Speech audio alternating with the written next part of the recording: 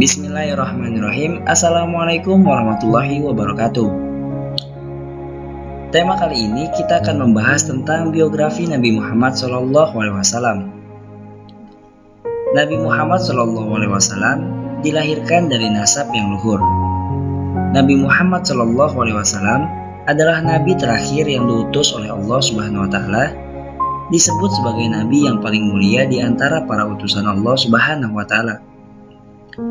Nabi Muhammad SAW dilahirkan pada hari Senin, malam 12 Rabiul Awal di Makkah, bertepatan dengan awal tahun gajah.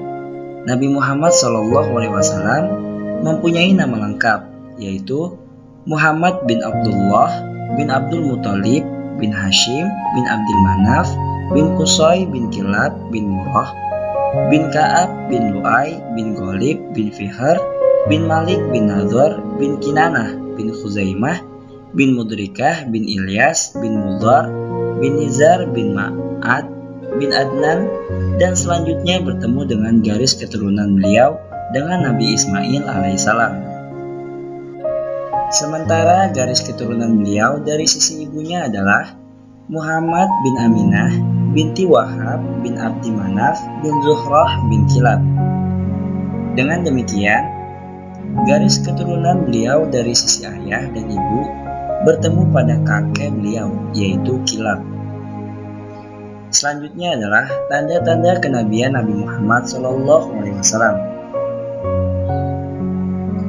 Tanda kenabian Nabi Muhammad yang pertama, menurut pendeta Bukhairo, dikisahkan oleh Syekh Syafiur Rahman Al-Mubarakfuri ketika Rasulullah SAW usia ke-12 tahun, sang paman Abu Thalib mengajaknya melakukan perjalanan dagang ke Syam, yang saat itu berada di bawah kekuasaan bangsa Romawi. Di atas pasir itu terdapat pendeta yang bernama Bukhairo yang melihat tanda-tanda kenabian Nabi Muhammad SAW. Bukhairo heran melihat awan putih berjalan memayungi kafilah unta yang sedang jalan beriringan. Saat mereka berhenti di kaki gunung pasir, tempat pendeta itu duduk, lalu membuat perkemahan dan beristirahat di pinggir kali yang kering. Awan putih pun turut berhenti. Tidak lama kemudian awan putih pun menghilang.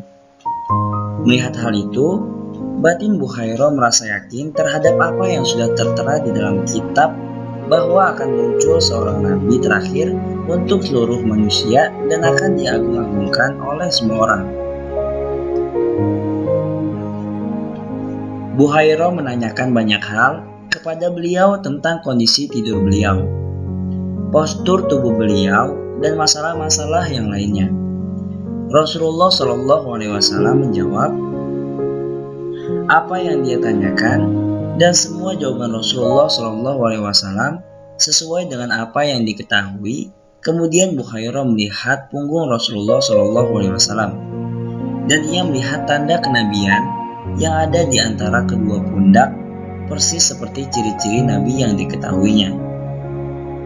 Selanjutnya, tanda kenabian Rasul SAW menurut dukun di Arab.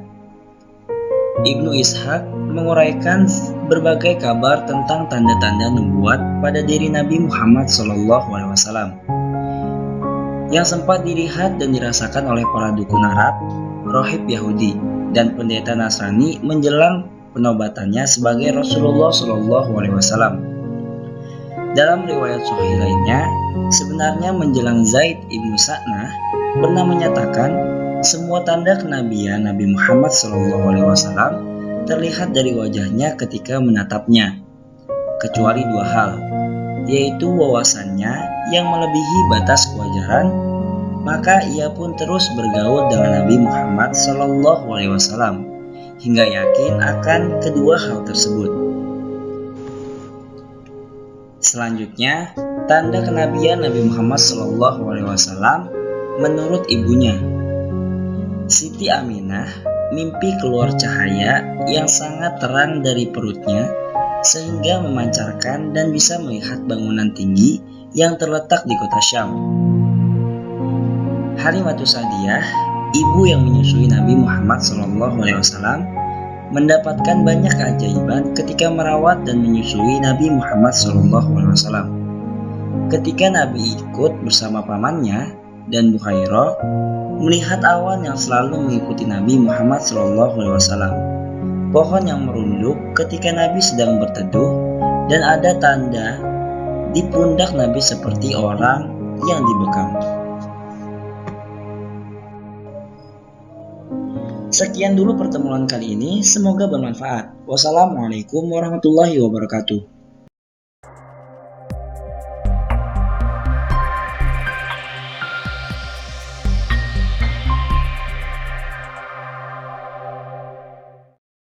Mungkin itu dulu video kita kali ini, dan jangan lupa cantumkan request Anda di kolom komentar. Wassalamualaikum warahmatullahi wabarakatuh.